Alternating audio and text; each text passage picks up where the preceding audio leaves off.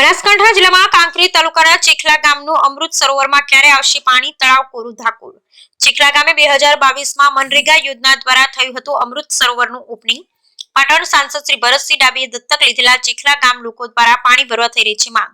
કાંકરેજ તાલુકામાં ઘણા ખરા ગામોના તળાવ તૈયાર હોવા છતાં નથી આવ્યું પાણી.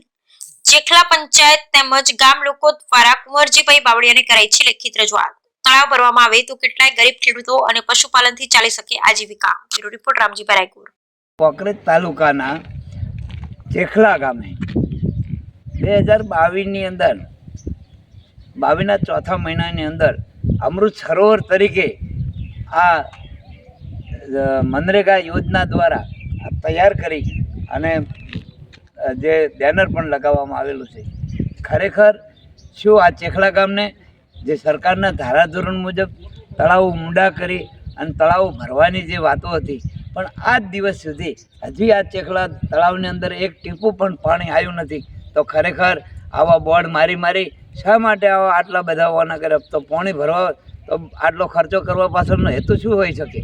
તો ખરેખર ચીખલા ગામની પ્રજા એવું ઈચ્છી રહી છે કે સત્વરે ચીખલા ગામનું તળાવ ભરાય તો જ લોકોને રાહત રહે. કારણ કે 1200 ફૂટે અહીં ભૂગર્ભ જળ જઈ રહ્યા છે. અહીં ખેડૂતોની તાકાત પણ નથી કે નવા બોર બનાવે. તો ખરેખર સરકારને એવી મીડિયા સમક્ષ એવી છે કે જલ્દી જમ તળાવ ભરવામાં આવે એવું સ્થાનિક લોકોનું કહેવું છે. તે ખરેખર હું અમારા કેમેરામેનને કહીશ કે ભાઈ જે એનો દ્રશ્ય બતાવો તળાવનો.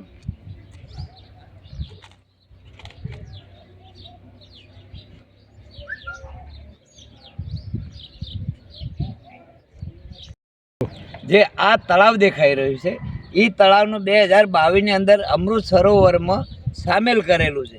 જે ખરેખર જો અમૃત સરોવર સરકારની અલગ અલગ યોજનાઓ હોય અને અમૃત સરોવર તરીકે લીધેલું હોય તો એને ભરવા માટેની પ્રોસેસ ના કરવાની હોય.